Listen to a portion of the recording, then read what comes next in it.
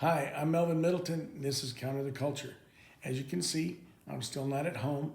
Well, unless you make yourself at home in the hospital.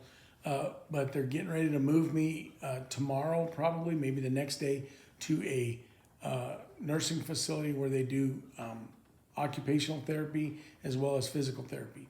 And I'll be there as long as 2 weeks. However, we're going to keep doing our show one way or another. And I just wanted to give everybody another update, let you know where I'm at and all that. I had dialysis today. They've got me on all kinds of antibiotics and stuff to take care of what they did on my body. And it's really messing me up, my stomach and everything like that. So just pray about that. And I don't know whether I should say anything or not. Kind of in the process right now, lyrically, of writing a new song. I kind of got pushed a little bit by a cousin. And so I'm working on it, and we'll share that later on, Lord willing. And I've had a few thoughts, and one of them is a weird thing. Being blind has been kind of a challenge in so many ways, and you can imagine. And one of the things is that I want God to use me, and I've said that I want Him to use every part of me. And I've said things maybe to my chagrin, that's a good word. God, use me till you use me up. And that's kind of what I've always lived by, what I've always thought. And I had this thought the other day that I want God to use my eyes. I want God to use my ears, my hands, my heart. I want Him to use all these parts of me.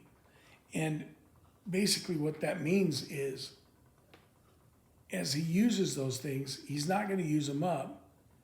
But whatever He does with that part of me, with my eyes, with my ears to hear His word, with my mouth to speak His word, with my hands to do work that He has for me. My hands are kind of used up. My eyes are kind of used up. Fortunately, my ears and my mouth still work. And so there's a thought that I had. I've said that like 3 times now, and I'm having a hard time articulating this, but it works like this. Whatever God does with these parts of me that work and don't work, I want it to be for His glory. I want it to be absolutely for the glory of God and to win people to His kingdom, to win people to Christ, to show them the love of Christ and teach them about my absolute best friend in the whole world. And obviously that's Jesus, and I'm sure that's your best friend too. And if He's not, you don't know it. I'm your best friend here right now. You just don't know it yet. But God has a lot for us, you guys. Don't think that you're all used up or God's got nothing for you, or that you have a lack of purpose. You've got a purpose, and you've got a destiny. And those of you that were in my youth groups in the past, you heard that over and over and over. And you do. You have a destiny. You have a purpose. God's got a plan for you.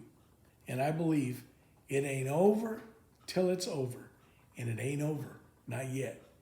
We're getting close, but it's not over. God loves you. I love you. And by the way, in case you haven't heard it for a week or so, I still believe, other than Jesus, I'm the best friend you've ever had. You just don't know it yet.